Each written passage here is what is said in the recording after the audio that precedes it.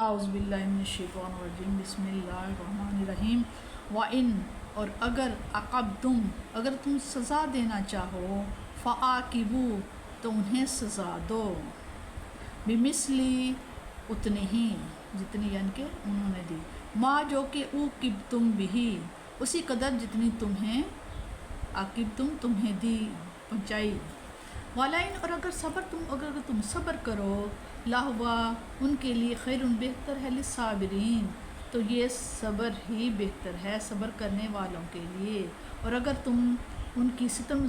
رسانیوں سے صبر کرو تو یہ صبر ہی بہتر ہے صبر کرنے والوں کے وَاصْبِرْ آپ صلی اللہ علیہ وسلم صبر فرمائیے وَمَا اور نہیں صبر کا اور نہیں ہے آپ کا صبر الا مگر ہے تو باللہ اللہ تعالیٰ کی توفیق سے ہے اور لا نہ تحزن اور رنجیدہ نہ ہوا کریں علیہم ان پر ان کی ہٹ درمی پر والا اور نہ تاکو ہو فی ضیقٍ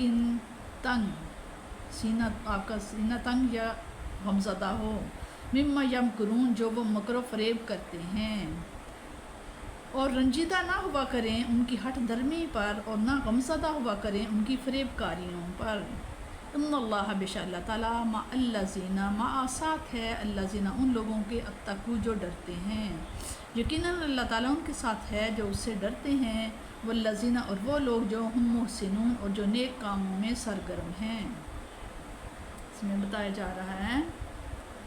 یہ مکارم اخلاق کا درس دیا جا رہا ہے کہ اس رزم گاہ خیر و شر میں اگر تمہارا دشمن تم پر دست درازی کرے اور تمہیں اذیت پہنچائے تو اہل عزیمت کا شیوہ یہ ہے کہ دشمن سے انتقام نہ لیا جائے اور فو درگزر کا رویہ اختیار کیا جائے لیکن اگر تمہارا اخلاقی معیار ابھی اتنا بلند نہیں اور تم انتقام لینا ہی چاہتے ہو تو اس صورت میں جتنی زیادتی تم پر کی گئی ہے اس کا بدلہ اتنا ہی لیں تو تمہیں اجازت ہے لیکن اس امر کی اجازت نہیں کہ تم جوش انتقام میں اس پر ظلم کرو ورنہ پہلے وہ ظالم تھا اور معتوب اب ستم شعار اور مورد عطاب تم بن جاؤ گے حضرت حذیفہ رضی اللہ تعالیٰ عنہ نے کہا حضور کریم صلی اللہ علیہ وسلم نے ارشاد فرمایا اے اہل ایمان بے سوچے سمجھے لوگوں کی پیروی کرنے والے نہ بنو کہ تم یہ کہو جیسے عام کہا جاتا ہے کہ اگر ہمارے ساتھ لوگوں نے اچھا برتاؤ کیا تو ہم بھی اچھا برتاؤ کریں گے بلکہ اپنے آپ کو اس بات کا خوگر بنا لو کہ اگر لوگ تمہارے ساتھ حسن سلوک سے پیش آئیں تو تم بھی حسن سلوک سے پیش آؤ اور اگر لوگ تمہارے ساتھ برا اور ناروا سلوک کریں تو تم بھی ان پر ظلم و زیادتی نہ کرو اس میں بتایا جا رہا ہے کہ احد کے شہداء کے ساتھ مشرکین کی بدسلوکی جنگ احد میں 64 انصاری اور 6 مہاجر سب 70 شخص جو شہید ہوئے تو سوائے ایک حنظلہ بن عامر کے اور سب شہداء کی لاشوں کے مشرکوں نے ناک کان شرمگاہ کاٹ ڈالے مگر حنظلہ بن عامر سے بڑائی سے پیش نہ آئے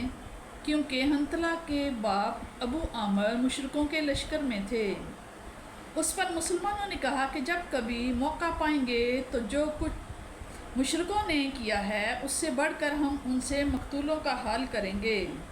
اور آپ صلی اللہ علیہ وسلم نے بھی حضرت امیر حمزہ کی لاش کو ناک کان کٹا اور پیٹ پھٹا ہوا دیکھا تھا تو قسم کھا کر فرمایا تھا کہ میں بھی حمزہ کے عوض 70 مشرکوں کے ناک کان کاٹوں گا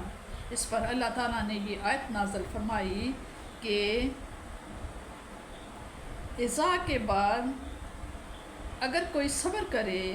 تو صبر بہت بہتر ہے اور اگر بدلہ بھی لیا جائے تو اسی قدر بدلہ لیا جائے جس قدر ایذا پہنچائی ہے ایذا سے بڑھ کر بدلہ لینا اللہ کے انصاف میں منع ہے